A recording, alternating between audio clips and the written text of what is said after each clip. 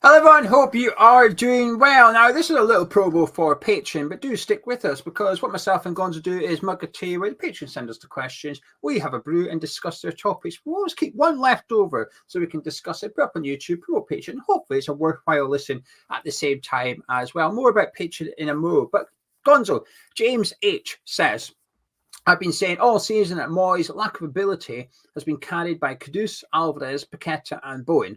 I can only think of 2 or 3 matches where his tactics and game management were at the core of our win. With 3 of them now gone for a month, do you think Moyes' true colours will be on show as he will have no shield to hide behind? Oh, James, that's a good one. I think, firstly, I think there's an element of that with everybody. With all managers are probably going to be quite reliant on a few players. Maybe I could argue you might have seen it a little bit with Man City. Maybe Man City are not 6 points top of the league because of Kevin De Bruyne. Maybe if you took another one out, maybe another 2 out, it's a tough ask that because they have so many. Maybe they would drop off. So I think the initial reaction is that is every manager, not just David Moyes, I think is my first question, is every manager sort of protected using a shield by their best players? And I guess you could go through the league and look at every single team and find that. So I think there's that. With regard to sort of David Moyes getting found out, I do wonder. See, my concern with David Moyes is almost the opposite of what you're saying. And it is that actually, I think he almost doesn't know what to do when he gets lots of money. I do wonder if his lack of success at Manchester United because he couldn't handle a big squad. I think his success at Everton was when he was having to use a finite resource and get the very best out of it. But I don't ever really remember, and maybe my memory's playing tricks on me, I don't ever remember a really big, deep squad. And you may well find, going back then, there would have been certainly players, maybe Cahill would be one, possibly Fellaini, or, Morales, a series of players who he would have relied upon them.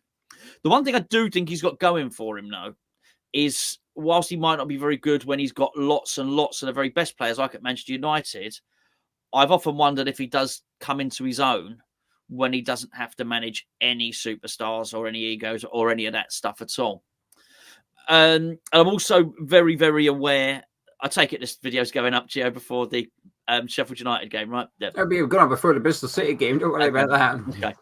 I am sort of very aware that we can get to the Sheffield United game if we win that game, and even if we don't have those players, we win that game. Then actually you look at that, we're still in 6th. We're, very, very, obviously probably closer, hopefully, to 5th place as well as we are then. And actually you might well look and think, well, possibly he can get us through this phase. I do think there's a big belief that because we've lost his players, Kudus and Paqueta and Bowen, that we are now going to see Moyes will get found out. Now he will crumble. Now we're going to start losing these games. I hear it quite a lot. And now we're going to be in trouble. And I'm not so sure. Is the truth. I'm not so sure yet. I don't think it will be good for him if we do. And if he was overly reliant on those players, it would be a problem. But I think he's always been reliant on players. I think he was reliant on Mikel Antonio for too long. He seems to find a way through, though. And I don't mean find a way through to win the league. We didn't buy a striker. He gets Jesse Lingard. We sort of muddle through. And I think, I'm not so sure if the truth be known. I'm not so sure that David Moyes is necessarily going to get found out in the way that some people are speculating. I am one of those people, though, Gonzo. I am one of those that think he will get found out. And I agree with what you're saying. Every team will miss their best players. Of course they will. You look at Brentford without Ivan Toney. They're not the same. If you were to take away Wissa and Mbeumo as well, which is the equivalent of what's happened to West Ham now, they'd be terrible, I imagine, in terms of results. I agree with what you're saying about Man City with De Bruyne. And there's, like you said, you can go through the league, and if you were to go to most of them and start taking, if you went to Aston Villa and took out Ollie Watkins, Diaby and Bailey, they'd possibly struggle a little bit too. So I completely agree with that. But how I would word it, and I made a mistake when I did this video with Tony Gale, and I said about how we're relying on the front three, and I phrased it badly. What I should have said, because this is what I meant, and what I should have said and been more clear about, is that It's not that we are relying on them as such. I think it's because we're relying on them to do something individual. You're almost waiting for Kudus to score on his own, or Bowen to do something, or Paqueta to do something, and that we're winning as a result of their individual quality rather than something tactical or a pattern or play or anything like that. And it does feel like we have been watching games and we've been waiting for one of these three to essentially bail us out. Can one of you three, or a combination of you, do something that gets us something out of this game, because the plan isn't working, the way we're playing isn't working. And this goes back to what James is saying. He feels there's only been 2 or 3 matches where the tactics and the management has actually won the game, rather than the individual qualities of those 3 players. And I agree with that. I am dreading the next month, Gonzo. I really am. I think it's going to be a horrific watch. I think we better keep a clean sheet if we're going to win a game, because I struggle to see how we're going to score 2 goals with the players available too. The truth be told, I look at that team and think, no matter what the combination is, and this is obviously prior to any players coming into the squad, if we were to go buy someone, I might change my opinion. But I look at that with a front 3 of potentially Benrahma, Mbama, Kudus, whoever, the makeup, whichever one, pick your players. I do look at it and think there's probably not much there. And then when I guess/predict what I think Moyes is going to do, which is be even more reserved, because he's going to be frightened because we don't have that quality. I think we're going to be very limited in our attacking output over the next few weeks without these players. And I'm praying that Bowen's going to be back ASAP. But we're now in this problem where I'm now almost like, can we risk at 80% Jarrod Bowen ASAP, please? Because I'm dreading the next few weeks. Now, I'm not at the complete end, when I'm not quite, I've seen the phrase season over being used. I disagree completely. We've got the Europa League to look forward to in March, and hopefully all the players will be back by then. Bowen should be, Kudus will be. So Paqueta's the only one with a question mark at the minute. So it's definitely not season over, but it is, the next month is going to be a bit grim, is my stance at the minute. Yeah, look, let me just say I'm dreading it as well. But I think, to play devil's advocate, you've got to at least accept that the opposite can happen. And maybe it's not that extreme. Maybe it's not complete capitulation. And maybe it's not carrying as normal. Maybe the next 3 games are a win, a loss, and a draw. And actually, it's sort of status quo. You know what I mean? Any of these things really can happen. I would take that, by the way. Bournemouth, Man U, and Arsenal. Well, Sheffield United, Bournemouth, and Man United. I would take a win, a draw, and a loss out of those 3. Well, and as you well know, I am worried about Bournemouth. I am worried about, and they're playing a brand of football, and I like the style that their manager plays. I really, really do. Just to go back to the tactics, though, just because you don't agree with something, just because something is a crap tactic, doesn't mean it's not a tactic.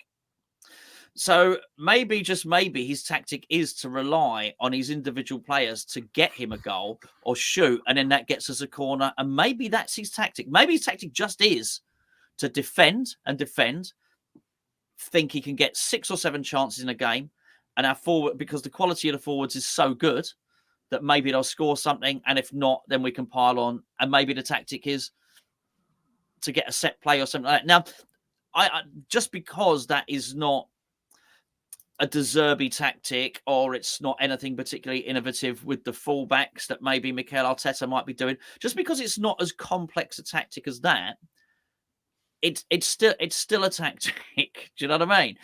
And it's sort of, so I'm really wondering whether or not it works. So I think David Moyes would probably argue there and say, well, actually, his tactics have been responsible for quite a lot more. Clearly, we are at the moment relying on individual brilliance, but I tell you what, it wouldn't be the first time. I think to an extent you could argue that Kerbishley relied on individual brilliance to keep us up. You could argue that maybe Slaven Bilic relied on individual brilliance. I think there's certainly a level of that.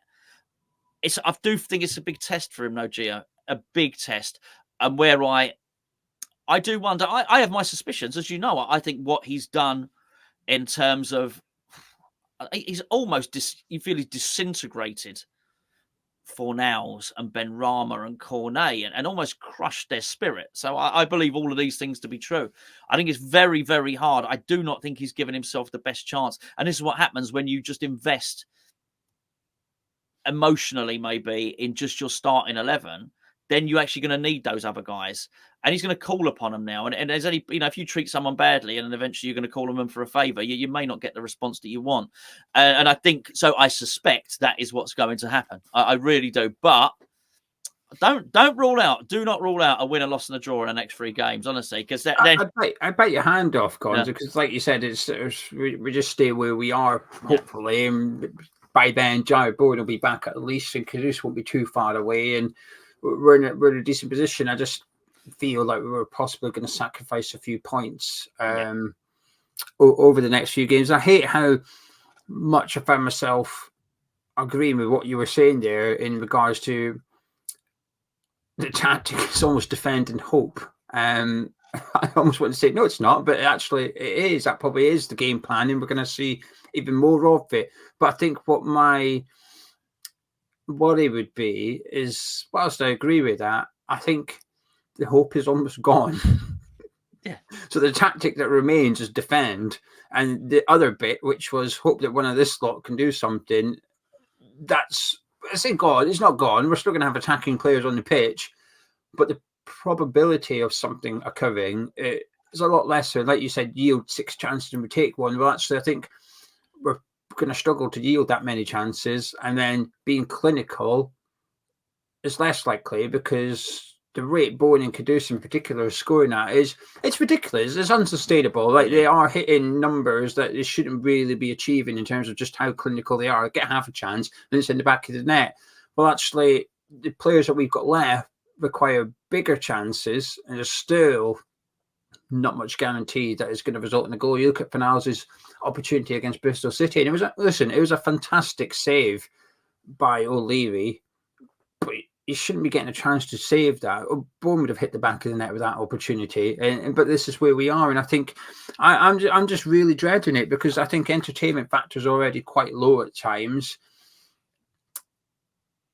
And we've removed the 3 players that do provide the entertainment factor. And I'm trying to ground myself a little bit and say, hey, it's not that bad. We've still got our first choice defence, because Jarrod was going regardless, so he was never going to be here today. Forget the injury crisis. Jarrod was not going to be available. So defensively, given the news that Mavropanos should be okay for Bristol City, actually our keeper's still here, our back 4 is still here, the midfield 3 that Moyes was going to play is still here. We're missing the front 3, but again, one of those was going to be gone. Kudus was going anyway, so we're only missing 2 players out of what would have been the starting 11 against Sheffield United. And I think I just like how you remove 2 players, and my hope of getting something from the game significantly changes and dramatically changes. And of course, it's because of who it is as well. Like I said to you on the Mugger Tea, if the players we were missing was Souček and Soufal, I think we'd go, we'll be all right. Johnson can do a job, and hey, it's possibly a good thing that Souček's missing for this one. But because it's Paqueta and Bowen, losing Kudus was already a blow, but we're just taking, it's almost like a knockout punch we've had now. And I just... Yeah, I mean, look, everything you've said is absolutely true there. And particularly not looking forward to the games. It is going to be bad. It really is. The things that you were looking forward to, the sparkle, the excitement, the things that get you off your seat is primarily going to be gone in these games. But it doesn't mean we can't win the game of football. It is absolutely possible that we defend for our lives against Sheffield United, and then Thomas Souček heads the ball in the back of the net. That is very, very possible that happens. And I don't think it's going to be easy up there, because I do think they're going to be reinvigorated to a certain extent up there. It is away, isn't it? It's a Bramall Lane, I think. So, yeah, and they've just signed Ben Bertrand Diaz, our long-term target. Yeah, I know, but he played well with us against us in that one game, didn't he? Against in the cup. The thing is, Geo, we suspect James suspects that the tactics that Moyes is going to get found out. I suspect that he's, let's call it, mistreatment of the substitutes, the bench, is going to come back to bite him on the arse. You suspect everything that you've just articulated about taking the front 3 out. And I think, we've all got our points there. I think what we don't have yet is the result. So I'm just mindful that we get to that Sheffield United and possibly immediately our fears are unfounded. That may play out over a period of time, but I do also get the impression he's basically biding time. He's wasting time as much as he can. He's kicking that can down the road and wasting as much time as he can until he can get the players back. And I do suspect he's probably not the only manager doing that. Not that everyone else got him at the African Cup of Nations or whatever, but be it injury or whatever else. And just to go back full circle to what I was saying, I know it's slightly different, and I know Manchester City play infinitely more beautiful football than we do. But I also wouldn't be surprised if when Pep Guardiola was looking at the league and seeing them, I haven't looked at the top league in ages, but seeing them 7, 8, 9 points behind the leaders or whatever they might be, 6 points behind, whatever they are, if he's looking at it and he's not concerned and he's kicking a can down the road and thinking, well, do you know what? Actually, I can wait another 3 or 4 weeks. By the time I get De Bruyne back, by the time I get X, Y, and Z back and Haaland's in the team, and he's probably doing the same thing, but just on a different level. I'm probably thinking, I'll take a little hit now. I've taken me little hit, but that's all right. I'm going to get to a stage where we're in really good form again. And I wouldn't be surprised if David Moyes is doing exactly the same, albeit without Kevin De Bruyne. Anyway, we forgot to promote patrons. I guess we'll do it before we wrap up. If you fancy more videos from myself and Gonzo, as well as Charlie and Jack over on Hammers Chat, please go to patreon.com/Hammers Chat. You can join up from as little as £3.60 per month, so less than £1 a week. And not only do you get video content, you can enter into our draws as well. We have hold on, you get entered into our draws. Draws. Sounds a bit fruity to me. Anyway. Well, talking about drawers, Moyes will get his pulled down, according to myself and James. But if you fancy potentially winning a signed shirt from Jarrod Bowen to you, it's personalised. You can tell Jarrod what you want written on the shirt as well. That's running until 2 p.m. on Monday. So join up before then. You can enter that draw, and you'll also enter into the monthly giveaway where there will be at least one signed shirt from a first team player at West Ham United. Patreon.com/Hammers Chat. Thank you to everybody who is a patron and anybody who does sign up. But if you've enjoyed this video, please do drop a like on it by clicking thumbs up, subscribing to Hammers Chat. Myself and Gonzo, catch you in a bit.